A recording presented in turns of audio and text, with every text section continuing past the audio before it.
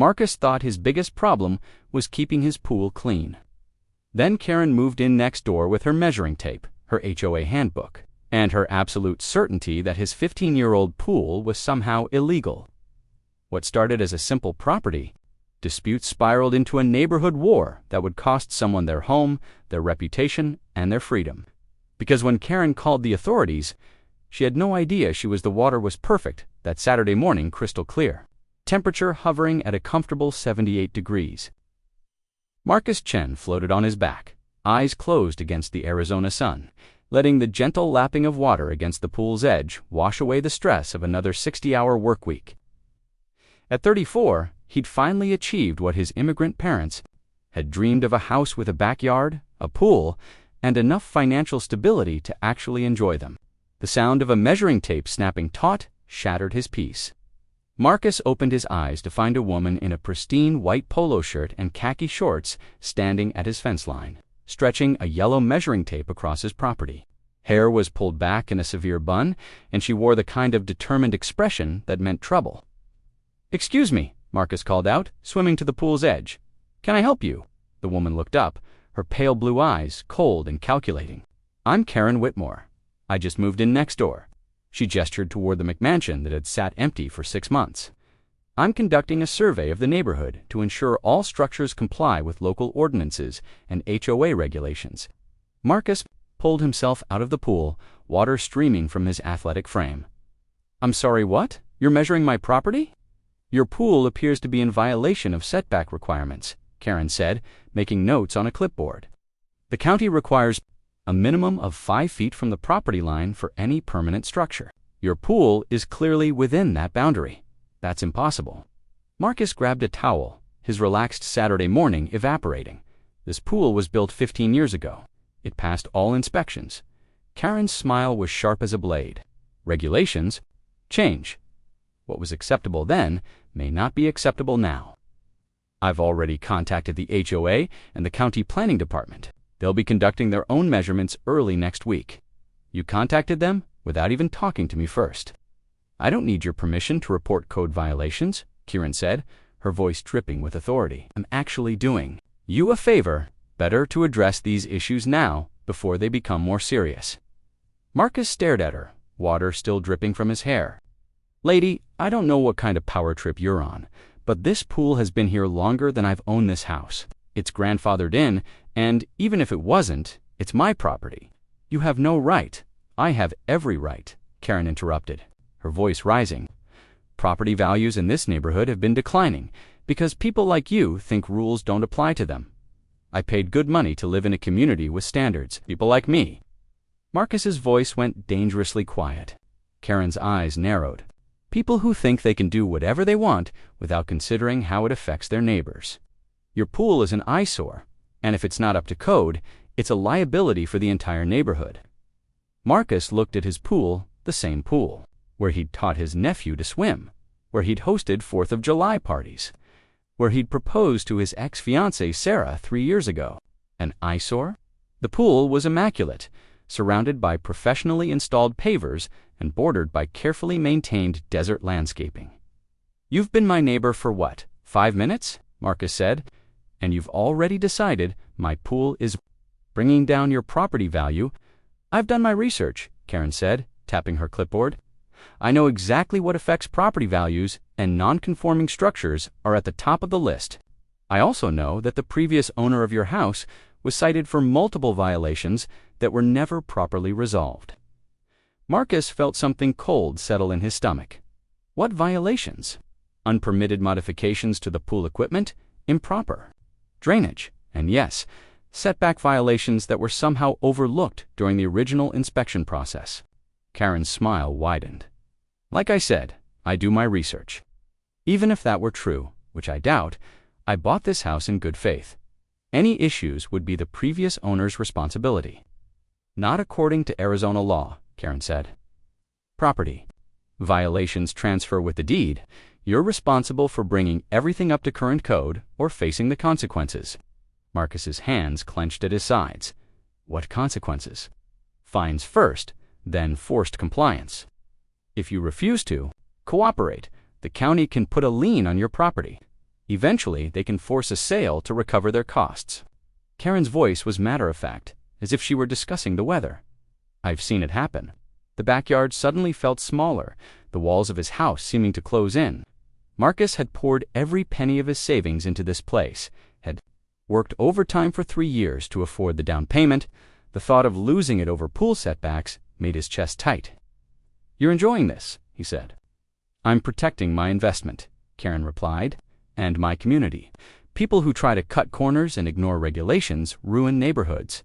I won't let that happen here." Cut corners. Marcus's voice rose. "I've maintained this property better than anyone on this street. I've never had a single complaint, because no one was paying attention," Karen interrupted. "But I am, and I intend to make sure this neighborhood maintains its standards." She rolled up her measuring tape with a sharp snap. "You'll be hearing from the county planning department within the week. I suggest you start getting estimates for pool removal or relocation. The sooner you comply, the lower your fines will be."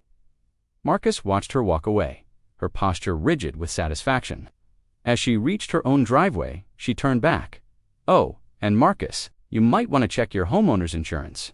Most policies don't cover structures that aren't up to code. If someone gets hurt in that pool, you could lose everything." The gate clicked shut behind her, leaving Marcus alone with his suddenly problematic pool and the crushing weight of uncertainty. He'd spent the morning floating in paradise. Now he was drowning in the possibility of losing everything he'd worked for. His phone buzzed. A text from his sister Jenny. "Still coming to Mom's birthday party tonight. She's making your favorite dumplings." Marcus stared at the message, then at his pool, then at the fence line where Karen had been standing. 3 hours ago, his biggest concern had been whether to use the pool skimmer before or after his morning swim. Now, he was facing the possibility of legal action, financial ruin, and the loss of his home. He typed back, "Might be late, dealing with some neighbor issues." As he hit send, Marcus noticed something that made his blood freeze. Karen's own backyard was visible from his second-story window, and even from ground level, he could see the corner of what looked like a hot tub or spa. If she was so concerned about setback violations, maybe it was time to do some measuring of his own. But first, he needed to make some calls. The county planning department would be closed until Monday, but his real estate agent might have some insight, and his lawyer friend Dave owed him a favor. Marcus had always been the type to avoid conflict, to find compromise and common ground.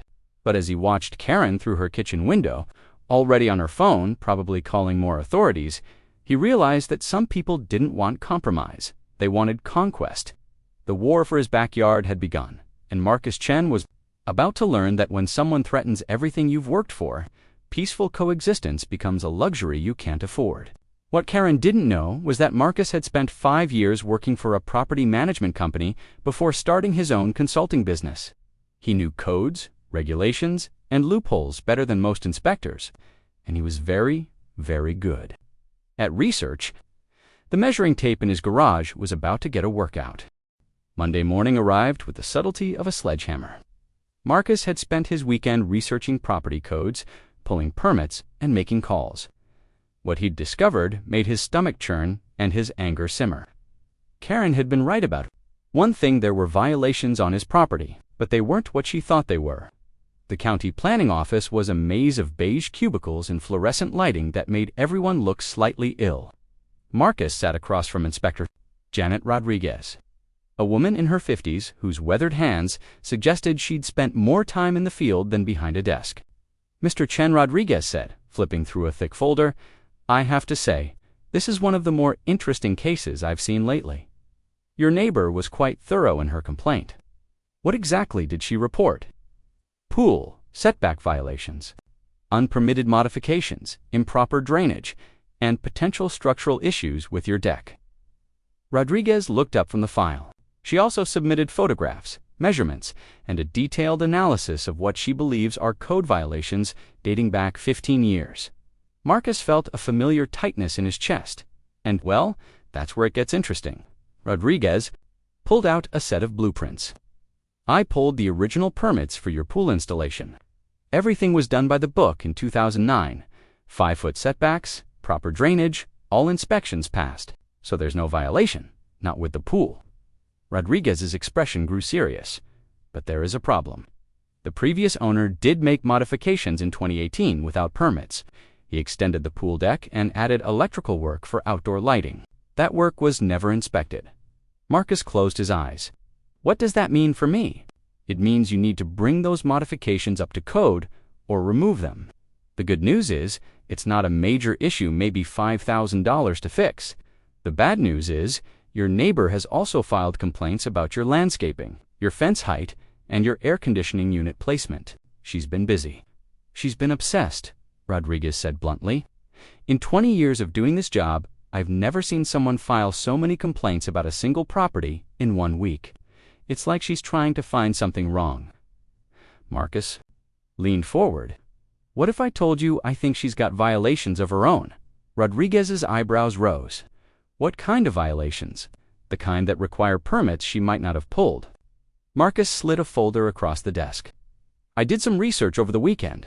Rodriguez opened the folder, and Marcus watched her expression change from professional interest to genuine surprise. Inside were photographs he'd taken from his second story.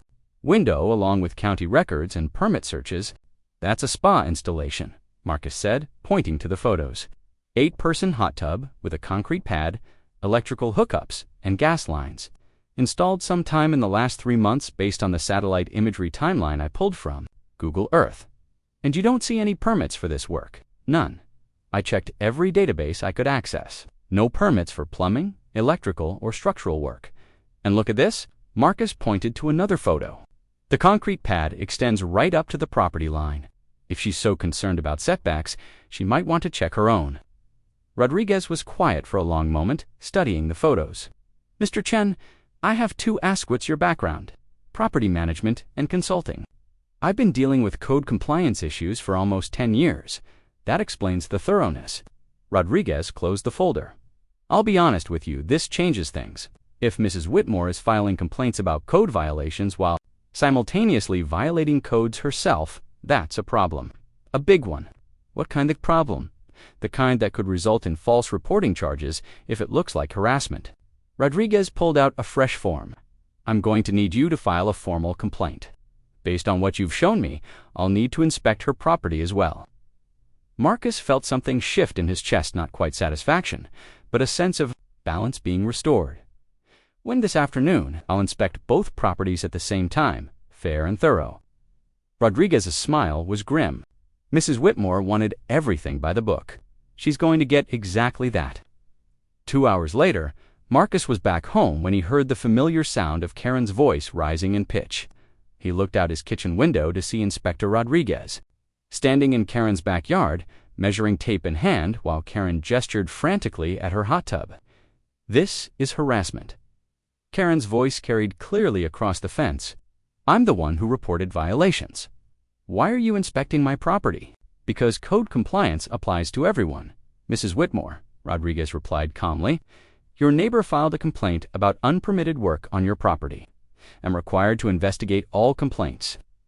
Marcus couldn't resist stepping onto his back deck to get a better view. Karen spotted him immediately. This is your doing, she shouted across the fence. You're trying to distract from your own violations. I'm just following your advice, Marcus called back. You said people who ignore regulations ruin neighborhoods. I'm making sure our neighborhood maintains its standards. Karen's face went red. My spa is properly installed. I had professionals do the work. Then you should have the permits to prove it, Rodriguez said. Where are your electrical and plumbing permits? The contractors were supposed to handle that. Mrs. Whitmore, it's the property owner's responsibility to ensure all work is properly permitted. Rodriguez made notes on her clipboard. I'm not seeing any permits for this installation in our system. Marcus watched Karen's composure crack. The woman who'd stood in his yard 3 days ago, confident and threatening, now looked like she was about to have a panic attack. There has to be a mistake, Karen said, her voice getting higher. I paid good money for this installation. The contractors assured me everything was legal. What contractors? Rodriguez asked. Phoenix Pool and Spa. They're a reputable company. Rodriguez looked up from her clipboard. Mrs. Whitmore, Phoenix Pool and Spa had their license revoked 6 months ago for multiple code violations and unpermitted work. They're not legally allowed to operate in this county. The silence that followed was deafening. Marcus saw Karen's face go from red to pale in seconds. "That's impossible," she whispered. "I'm afraid not." Rodriguez's voice held a note of sympathy. "It looks like you were a victim of unlicensed contractors.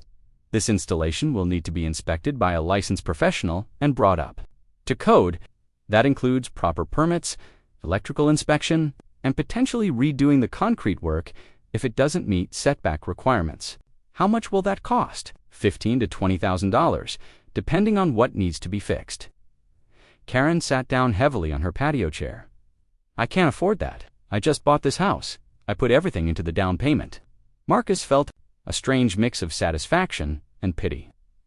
He'd wanted to prove Karen wrong, to show her that her crusade against his property was misguided. He hadn't expected to discover that she'd been scammed by unlicensed contractors.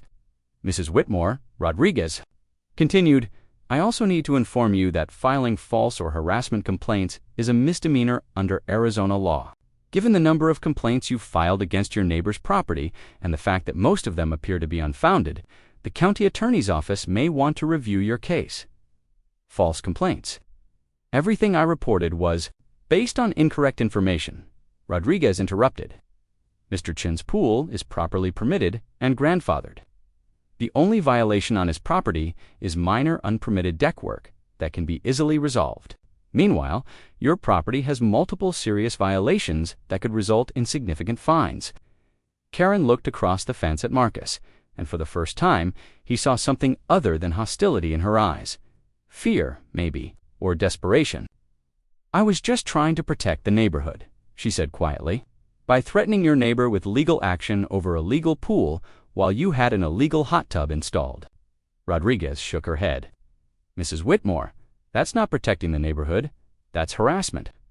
Rodriguez finished her inspection and walked over to Marcus's fence. "Mr. Chen, I'll need you to get a permit for the deck modifications. But that's straightforward. Your pool is fine. All other complaints are unfounded." "What about the harassment charges?" "That's up to you. You can file a complaint with the county attorney if you want to pursue it." Rodriguez glanced back at Karen, who was staring at her hot tub like it was a bomb about to explode, though honestly, it looks like she's got enough problems right now. After Rodriguez left, Marcus stood on his deck looking across at Karen's yard. She was still sitting in her patio chair, phone pressed to her ear, probably calling lawyers, or contractors, or anyone who might help her out of the mess she'd created. 3 days ago, she'd threatened him with fines, liens, and the loss of his home. Now she was facing the same threats herself, multiplied by 10. Marcus's phone buzzed. A text from his sister. How did the neighbor thing turn out? He started to type better than expected, then stopped. Karen was still his neighbor. She'd made a mistake, a big, expensive, potentially devastating mistake, but she was also clearly in over her head. The question was, what kind of man was he going to be? The kind who enjoyed watching his enemies suffer, or the kind who tried to find a solution that didn't destroy lives? As if sen? The knock on Karen's door came at 7:30 that evening. She opened it to find Marcus standing on her porch, holding a manila folder and wearing an expression she couldn't read. "What do you want?" she asked, her voice hoarse from hours of phone calls with contractors, lawyers, and her insurance company. "To talk," Marcus said simply. "May I come in?" Karen hesitated. 3 days ago, she'd been ready to destroy this man's life over pool setbacks. Now he was offering to help her, and she didn't understand why. People didn't do that. In her experience, people kicked you when you were down. 5 minutes, she said, stepping aside. Marcus entered her pristine living room, noting the boxers still stacked in corners. The walls bare, except for a few generic landscape prints. It looked like a hotel room, not a home. "I talked to some contractors this afternoon," he said, settling into her beige sectional. "About your hot tub situation." Karen sat across from him, her hands clasped tightly in her lap, and it's worse than Inspector Rodriguez thought. Phoenix Pool and Spa didn't just skip the permits. They did substandard work, the electrical isn't up to code, the plumbing has issues, and the concrete pad is already showing stress cracks. How much worse? Marcus opened his folder and pulled out a series of estimates. $30,000 to fix everything properly. Maybe $40 if they have to jackhammer the whole pad. The color drained from Karen's face. I don't have $40,000. I barely had enough for the down payment on this house. I know, Marcus said quietly. I also know you were trying to create the perfect neighborhood because you needed this place to feel like home. Karen's composure cracked. You don't know anything about me. I know you moved here from somewhere else, somewhere that didn't work out. I know you're single, no kids, and you put everything you had into this house. I know because I've been there, Marcus continued. When I bought my place, I was coming off a bad breakup. Sarah and I had been together for 6 years. We were supposed to get married, buy a house together, build a life. Instead, she decided I wasn't ambitious enough, wasn't going anywhere fast enough. Karen looked up at him, surprised by the vulnerability in his voice. I bought that house to prove her wrong, Marcus said, to prove I could build something beautiful, something lasting. That pool, I had it cleaned and maintained perfectly because it was proof that I'd made it, that I was worth something. Then why are you helping me? Karen asked, her voice cracking. I tried to take all of that away from you, because I understand why you did it. Marcus leaned forward. And because I think there's a way to fix this that doesn't destroy either of us. Karen wiped her eyes with the back of her hand. There's no fixing this. I'm going to lose my house. What kind of option? Marcus pulled out another set of papers. I've been researching the contractors who scammed you, victims across 3 counties. So there's a class action lawsuit being filed against them. The attorney thinks he can get your money back, plus damages for the cost of repairs. Karen stared at the papers. How do you know about this? Because I spent today making calls. I know people in the industry, people who've been tracking these scammers. Marcus's expression was serious. But the lawsuit isn't enough. Even if you win, it'll take years to see any money. Then what's the point? The point is that you're not the only victim, and you don't have to face this alone. We're organizing. Karen scrolled through the messages, seeing stories similar to her own people who'd paid for pool installations, spa work, and outdoor renovations, only to discover they'd been left with unpermitted, substandard work. What are you organizing? A coordinated response. We're filing complaints with the State Contractors Board, the Attorney General's Office, and the Better Business Bureau. We're also working with a local news station that's doing an investigative piece on unlicensed contractors. Karen's eyes widened. You want to go public with this? I want to make sure these people can't scam anyone else, Marcus said, and I want to help you get your money back. Why? Karen's voice was small. Why would you do this for me after what I did to you? Marcus was quiet for a long moment. Because 3 days ago, you were terrified that your investment was going to be ruined by a neighbor who didn't care about the community. You were wrong about me, but you weren't wrong about wanting to protect what you'd worked for. I was horrible to you. Marcus stood up. Look, I'm not asking you to be my best friend, but I am asking you to let me help you fight the people who actually deserve your anger. In her hands, what would I have to do? Join the lawsuit, give an interview to the news station, help other people avoid the same scam. Marcus paused, and maybe consider that your real enemy isn't the neighbor with the 15-year-old pool. Actually, they're not. Marcus pulled out one final document. I talked to Inspector Rodriguez this afternoon. When code violations are the result of unlicensed contractor fraud, the county has a victim protection program, the situation. Rodriguez has seen cases like this before. She's not interested in punishing victims of fraud, and my spa will have to be brought up to code eventually. But the lawsuit should cover those costs, and in the meantime, you won't be facing immediate fines or liens. Karen set the papers down and looked at Marcus Reilly, looked at him for the first time. I don't understand you. Instead, you're helping me sue the people who scammed me in arranging for the county to go easy on me. She shook her head. And despite what happened between us, I think you're good people who made a bad decision when you were scared. God, I don't know how long, then you've been living in the wrong neighborhoods. I grew up in a place where neighbors called the cops on each other for sport, where people looked for any excuse to cause trouble. Karen's voice was thick with emotion. I thought that's what you were doing to me, projecting your past onto your present, something like that. Karen wiped her eyes.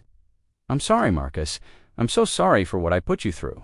But I'm more interested in what happens next. What happens next? Marcus smiled for the first time since he'd knocked on her door. Next, we make sure Phoenix Pool and Spa never scams anyone else. Next, we help you get your money back and fix your property. And next, maybe we figure out how to be actual neighbors instead of enemies. Karen looked around her sterile living room, then back at Marcus. I don't know how to do that. Be a good neighbor. I mean, it's not complicated. You start by not measuring your neighbor's pool without permission. Despite everything, Karen laughed. I can probably manage that. Good, because I have a proposition for you. The news station wants to film the story at one of our properties, show the contrast between proper installation and contractor fraud. Marcus's expression was serious. I'm offering to let them film at my house. Show how a properly permitted pool should look compared to your spa situation. You want to use my disaster to make your pool look good. I want to use both our properties to educate people about the difference between legitimate contractors and scam artists. Marcus's voice was firm. Your spa is going to be evidence that helps convict the people who scammed you. My pool is going to be evidence of how things should be done. And if I say no, but Karen, these people are still out. They're still scamming people. Your story could save someone else from going through what you're going through. Karen looked at the lawsuit papers, then at Marcus. When is the filming? Tomorrow afternoon, but only if you're comfortable with it. Will you be there?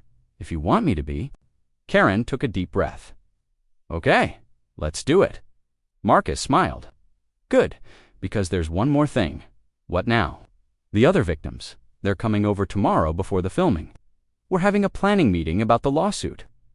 Marcus paused. You're not in this alone anymore, Karen. None of us are. As Marcus left her house, Karen stood in her doorway watching him cross the dark yard to his own home.